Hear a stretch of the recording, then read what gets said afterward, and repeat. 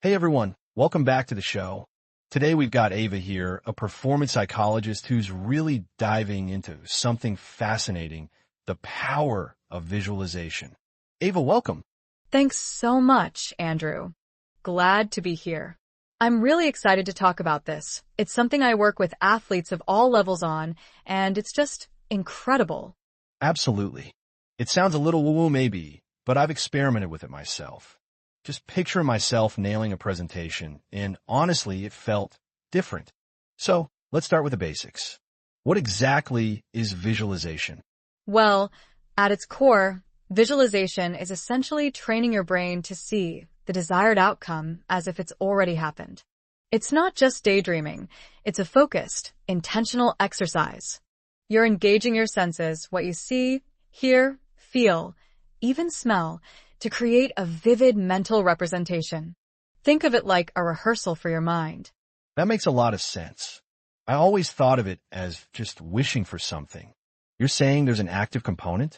Does it actually change anything physically? I've heard it described as the placebo effect on steroids. Laughs. That's a really apt description, actually. It taps into the brain's mirror neurons.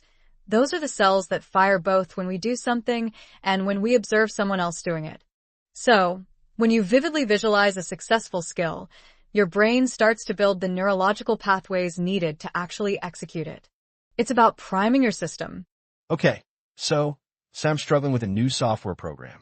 How would I apply this? Just stare at a screen and try to picture myself using it flawlessly? It's more than just staring. You want to really feel yourself navigating it. Imagine the mouse moving, the clicks, the smooth flow of data.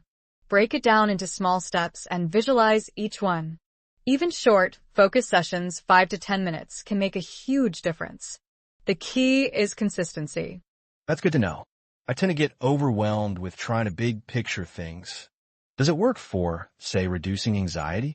I found myself spiraling on things, and I'm wondering if consciously picturing a calm state might help. Absolutely. Visualization is hugely effective for anxiety reduction. You could picture yourself in a peaceful environment, a beach, a forest, and really immerse yourself in the feeling of calm. Again, engage all your senses. The goal is to build a mental shortcut that you can access when you're feeling stressed. So, it's about more than just a visual image. It's about creating a whole sensory experience. That's fascinating. I've read that some people visualize their failures to prepare for them.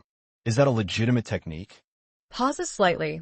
It's a more advanced technique and one I approach with caution. Visualizing potential challenges can actually build resilience. It's about recognizing potential problems without letting them derail you. But the key is to frame it as a learning opportunity, not a confirmation of your fears. You're controlling the narrative, not feeding into it. That's a really important distinction. So, let's say someone wants to start incorporating this into their routine. Where do they even begin? Any specific exercises you recommend? Start small. Don't try to visualize your entire career goal all at once.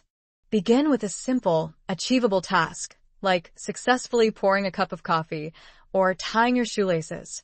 Spend a few minutes after doing it, focusing on the feeling of accomplishment. Then build from there. It sounds like it's less about being a natural and more about developing a muscle. I'm curious, do you find it's more effective for certain personality types? Are visual people naturally more inclined to benefit from this? That's a really good question. While everyone can benefit, visual people, those who naturally tend to think in pictures, definitely have a head start. But it's not exclusive. Even people who consider themselves logical can absolutely learn to harness the power of visualization with practice. That's reassuring. So, let's talk about consistency. How often should someone be visualizing something? Ideally? Honestly, even 5 minutes a day can be hugely impactful. But consistency is key. Try to build it into your routine, maybe first thing in the morning or right before bed.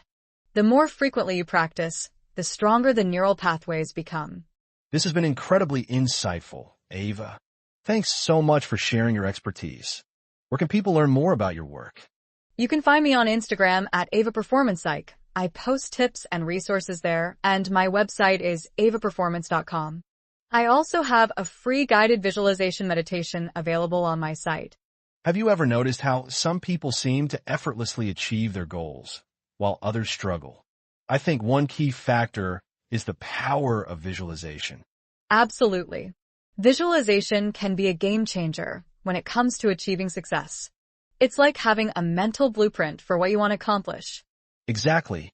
By vividly imagining yourself already in possession of what you desire, you're sending positive signals to your subconscious mind that help make it a reality.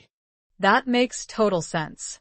I've seen people use visualization techniques to overcome anxiety and stress.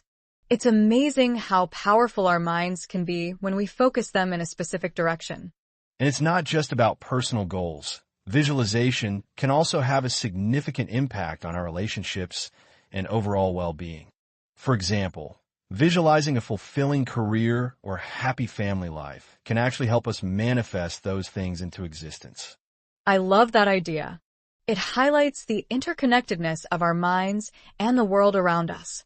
By focusing on what we want to create, we're essentially participating in the co-creation process. Exactly. Our thoughts have a ripple effect on reality, and visualization is a powerful tool for harnessing that energy.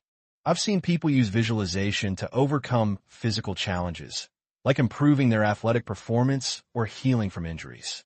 That's incredible. And it's not just about achieving specific outcomes. Visualization can also help us cultivate a more positive mindset.